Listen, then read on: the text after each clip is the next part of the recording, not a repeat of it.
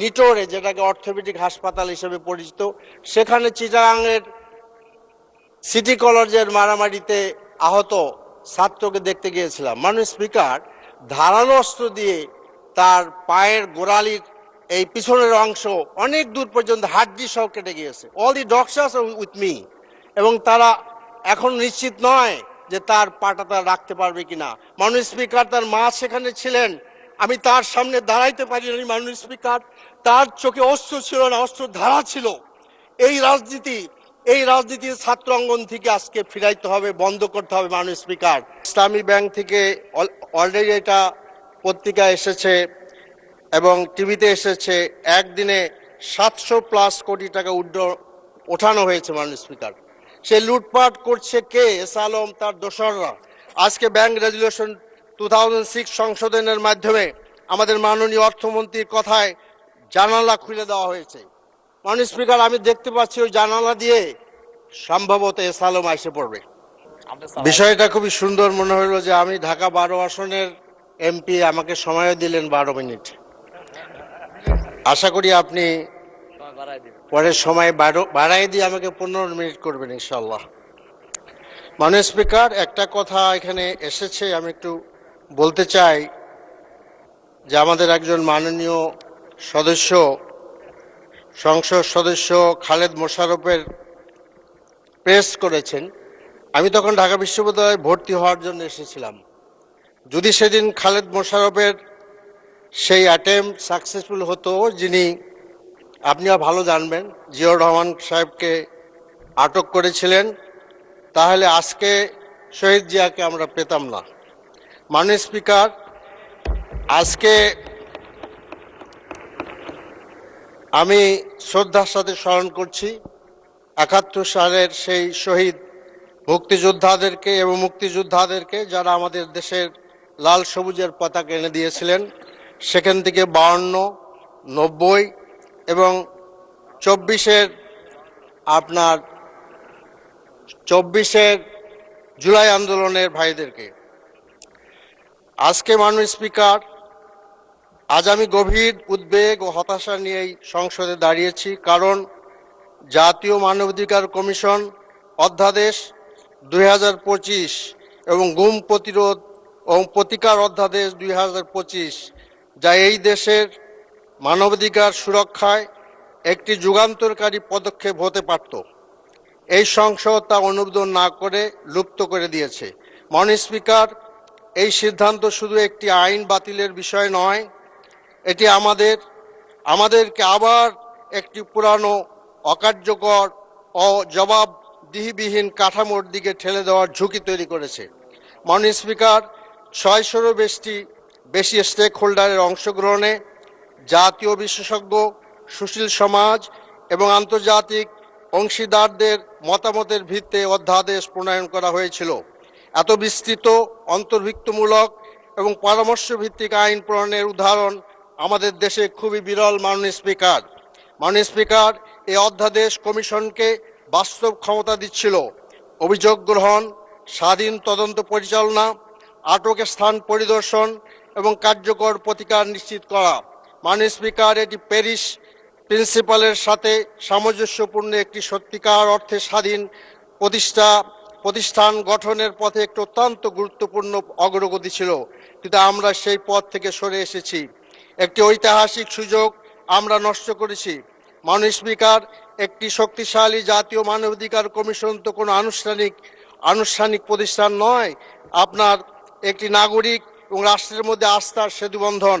এটি ক্ষমতা অপব্যবহারের বিরুদ্ধে একটি প্রতিরোধ, একটি গণতন্ত্রের একটি মৌলিক স্তম্ভ। মাননীয় স্পিকার, আমি বিচার বিভাগের স্বাধীনতার বিষয়টি বিশেষভাবে তুলে ধরতে চাই। আমরা দেখেছি সুপ্রিম কোর্টের বিচারপতি নিয়োগ প্রক্রিয়া এবং সুপ্রিম কোর্টের সচিবালয় সংক্রান্ত অধ্যাদেশ রহিত করা হয়েছে। এর ফলে বিচার বিভাগকে আমরা সেই পুরানো দলীয় প্রভাবাধীন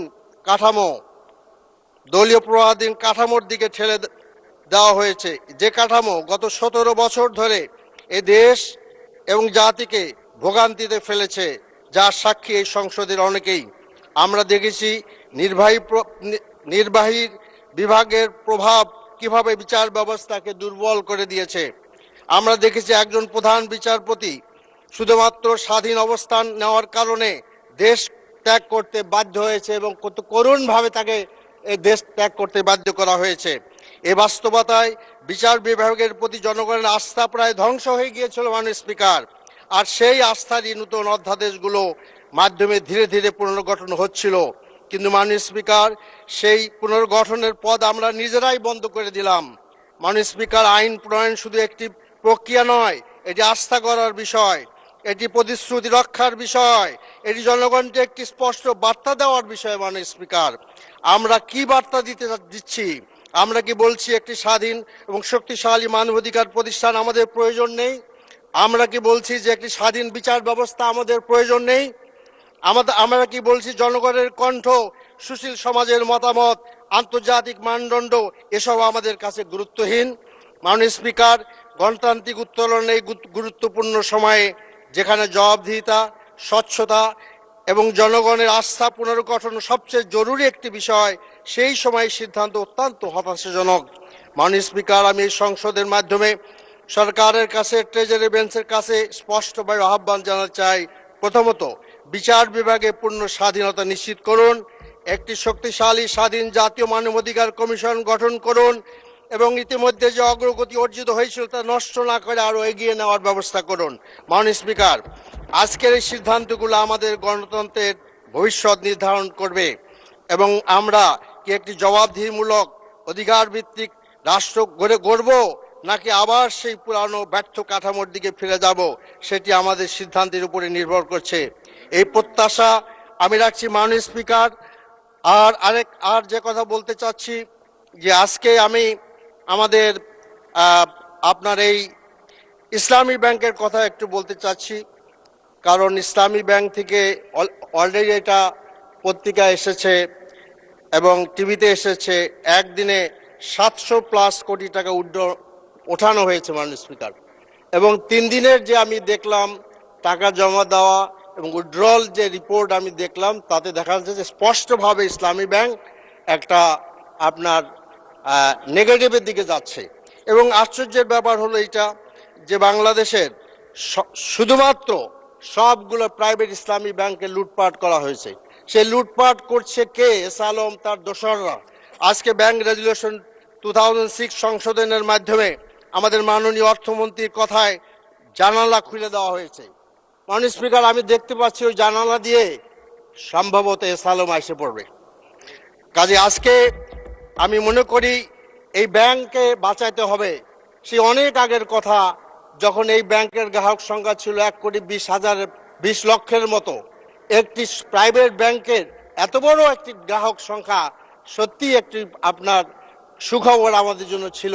আজকে যদি ইসলামিক ব্যাংক আজকে ধসে পড়ে, এদেশের অর্থনীতির উপরে আঘাত হবে। মাননীয় স্পিকার, আমি আমার এলাকার কিছু কথা বলতে চাই। প্রথমত, আমার এই এলাকাটা নিয়ে আমি খুবই প্রীতবোধ করি, কারণ এই 12 আসনের মধ্যে জাতীয় সংসদ, শহীদ জিয়া, বেগম জিয়া এখানেই শুয়ে আছেন।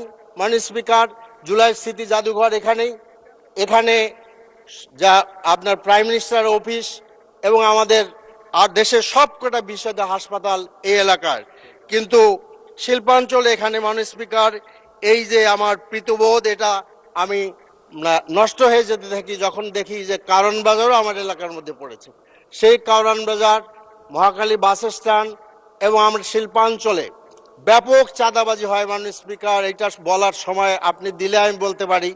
এই কারণ বাজারকে চাঁদাবাজি কেন্দ্র করে আজকের শাসক দলের একজন যুবদল নেতা হত্যা হয়েছিলেন, যেখানে আমাদের আপনার তখন তিনি স্বরাষ্ট্রমন্ত্রী ছিলেন, তিনি গিয়েছিলেন। কিন্তু প্রতিনিয়ত এখানে হত্যাকাণ্ড হচ্ছে। কারণ বাজারের আজকে চাঁদাবাজি বন্ধ করা জরুরি। আজকে ঢাকা শহরে ওয়াসার পানি গন্ধযুক্ত মাননীয় স্পিকার, এবং সেই গন্ধযুক্ত পানিও মানুষ পাচ্ছে না। মাননীয় স্পিকার, এখানে গ্যাস সমস্যা রয়েছে, জায়গায় জায়গায় জলবদ্ধতা রয়েছে এবং মাদক। যতজন এমপি কথা বলেছেন তার একটি কথা কমন বলেছেন, আজকে মাদক গোটা জাতিকে ধ্বংস করে ফেলেছে। সম্মিলিতভাবে এই মাদকের হাত থেকে আমাদের তরুণ সমাজকে বাঁচাতে হবে। মাননীয় স্পিকার, আজকে আর আমার এলাকায় Tejgaon bus stand, Tejgaon truck stand, Tejgaon truck স্ট্যান্ডের আপনার ট্রাকের ব্যাপারে, সেই স্ট্যান্ডের ব্যাপারে উদ্যোগ নেওয়া হয়েছিল, সফল হয় নাই। আজকে তেজগাঁর প্রত্যেকটি ঘরের মানুষের বাসার বাড়ির সামনে কাভার্ড ভ্যান চলে গিয়েছে। কাজে আমি প্রস্তাব করতে চাচ্ছি যে there should be a very very modern truck stand করতে হবে, যেখানে ড্রাইভার এবং হেল্পারদের আপনার ফিজিক্যাল ফ্যাসিলিটি থাকতে হবে। তা নাহলে কিছুদিন পরে তেজগাঁর শিল্পাঞ্চল লোকেরা বাড়ির থেকে বেরোতে পারবে না।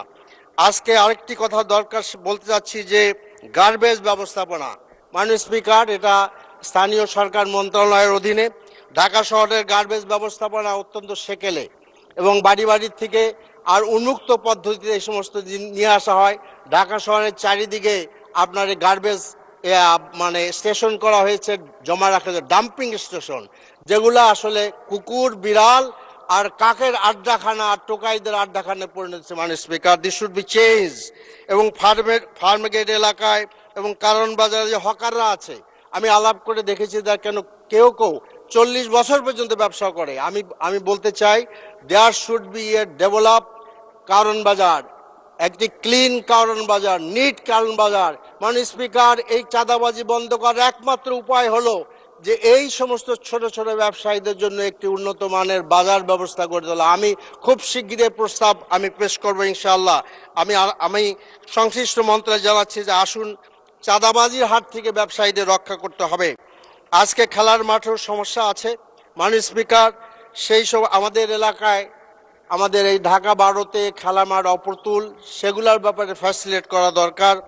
আজকে আপনার শিক্ষাঙ্গন সম্পর্কে কথা বলার আগে আরেকটি কথা খুব জরুরি মনে করছি, সেটা হলো আমাদের মাননীয় স্থানীয় সরকার মন্ত্রী মির্জা ফখরুল ইসলাম আলমগীর, যাকে অনেক সজ্জন বলেই জাতি জানে, কিন্তু কিছুদিন আগে তিনি যে বিবৃতি দিয়েছেন সেটা আমাকে এবং আমার সারা দেশের মানুষকে আন্তর্জাতিকভাবে আমরা আসলে লজ্জা পেয়েছি। তিনি বলেছেন জামাত ইসলামীকে নির্মূল করতে হবে। আসলে এই নির্মূলের ডাক তো আসলে গণতান্ত্রিক ডাক না মাননীয় স্পিকার। এই ডাক তো আসলে দিয়েছিল আপনার আপনার ঘাদানিরা দিয়েছিল, এবং এইটা শাহরিয়ার দিয়েছিল। তিনি এখন জেলে আছেন। মির্জা ফখরুল ইসলাম আলমগীর সাহেব কেন এই ডাক দিলেন? এবং এই ডাকের মাধ্যমে অনেকদিন আগে তিনি রাজশাহীতে বসে আপনার মাননীয় সদস্য, আপনাকে আরো 3 মিনিট সময় দেওয়া হলো। 3 মিনিট পরে আপনাকে অনেক অনেক ধন্যবাদ মাননীয় স্পিকার। রাজশাহীতে ডয়েস ভ্যালির সাথে সাক্ষাৎকারে তিনি বলেছিলেন জামাত ইসলামী এখন কোনো প্রাসঙ্গিক না, এই জন্য ওনার সামনে মন্তব্য করতে চান না। তো সেটা ওনার ব্যক্তিগত মত, কিন্তু আমি মনে করি যে মির্জা সাহেব তাকিয়ে দেখেন, আমরা বেশ প্রাসঙ্গিক হয়ে গিয়েছি। আশা করি আপনি এটা স্বীকৃতি দেবেন। Thank you very much. তো এরপরে যেটা আমি বলতে চাই যে আমাদের যে এনার্জি সমস্যা বাংলাদেশে, এই এনার্জির সমস্যার একটু আগে শিক্ষাঙ্গনে ফিরে যাই। শিক্ষাঙ্গনে যখন এই ডাক দেওয়া হলো, কাছাকাছি সময় দেখলাম চট্টগ্রাম, ঢাকা, বিভিন্ন জায়গায় আজকে মারামারি, ছাত্র আপনার দল আর শিবিরের মধ্যে। এবং আমি নিটোরে, যেটাকে অর্থোপেডিক হাসপাতাল হিসেবে পরিচিত, সেখানে চিটাগাংয়ের সিটি কলেজের মারামারিতে আহত ছাত্রকে দেখতে গিয়েছিলাম। মাননীয় স্পিকার, ধারালো অস্ত্র দিয়ে তার পায়ের গোড়ালির এই পিছনের অংশ অনেক দূর পর্যন্ত হাড্ডি সহ কেটে গিয়েছে। All the doctors are with me, এবং তারা এখন নিশ্চিত নয় যে তার পাটা তারা রাখতে পারবে কিনা। মাননীয় স্পিকার, তার মা সেখানে ছিলেন, আমি তার সামনে দাঁড়াইতে পারিনি। মাননীয় স্পিকার, তার চোখে অস্ত্র ছিল না, অস্ত্র ধারা ছিল। এই রাজনীতির ছাত্র অঙ্গন থেকে আজকে ফিরাইতে হবে, বন্ধ করতে হবে মাননীয় স্পিকার। কাজে এই সমস্ত নির্মূলের ডাক বন্ধ করতে হবে, তা নয় এই সমস্ত হানাহানি হবে মাননীয় স্পিকার। কাজে দেশের আইন শৃঙ্খলা পরিস্থিতি মোটেই ভালো নয়। ওই কুমিল্লায় আমাদের মাননীয় সংসদ সদস্য মোল্লক চৌধুরী বলেছেন কাস্টমস অফিসারকে হত্যা করা হয়েছে। দেশে প্রতিদিনই হত্যাকাণ্ড হচ্ছে, কিন্তু আমরা স্বরাষ্ট্র মন্ত্রণালয়